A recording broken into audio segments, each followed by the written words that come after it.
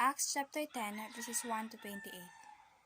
There was a certain man in Caesarea called Cornelius, a centurion of the band called the Italian band, a devout man, and the one that feared God with all of his house, which gave much alms to the people, and prayed to God always.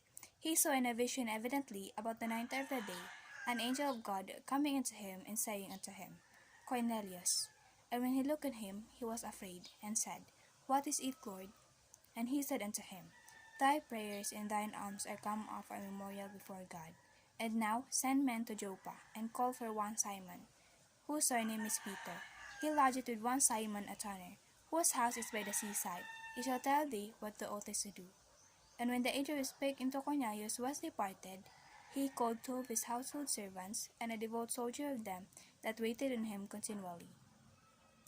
And when he had declared all these things unto them, he sent them to Joppa. On the morrow, as they went on to their journey, and drew nigh unto the city, Peter went up upon the housetop to pray about the sixth hour.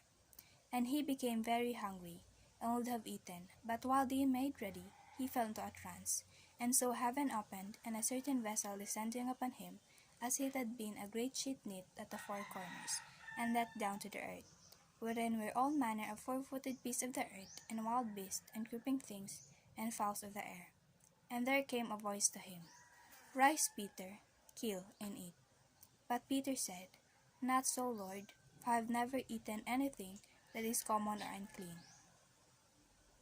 And the voice spake unto him again the second time, What God hath cleansed, that call not do common.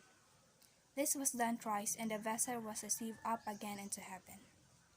Now while Peter doubted in himself what this vision which he had seen should mean, behold, the men which were sent from Cornelius had made inquiry for Simon's house, and stood before the gate, and called and asked whether Simon, which was surnamed Peter, were lodged there.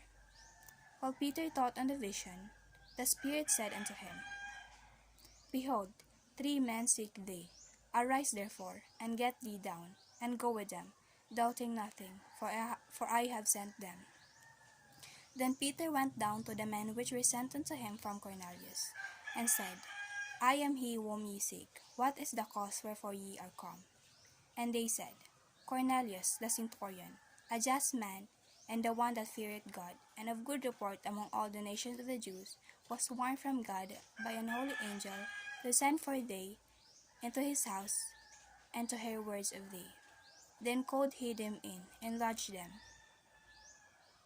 And on the morrow Peter went away with them, and certain brethren from Joppa accompanied them. And the morrow after they entered into Caesarea, and Cornelius waited on them, and he called together his kinsmen and near friends.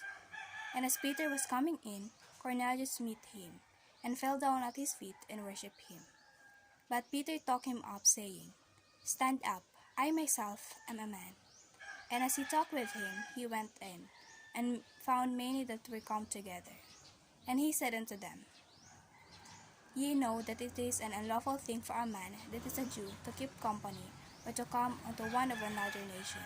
But God hath shewed me that I should never call any man common or unclean.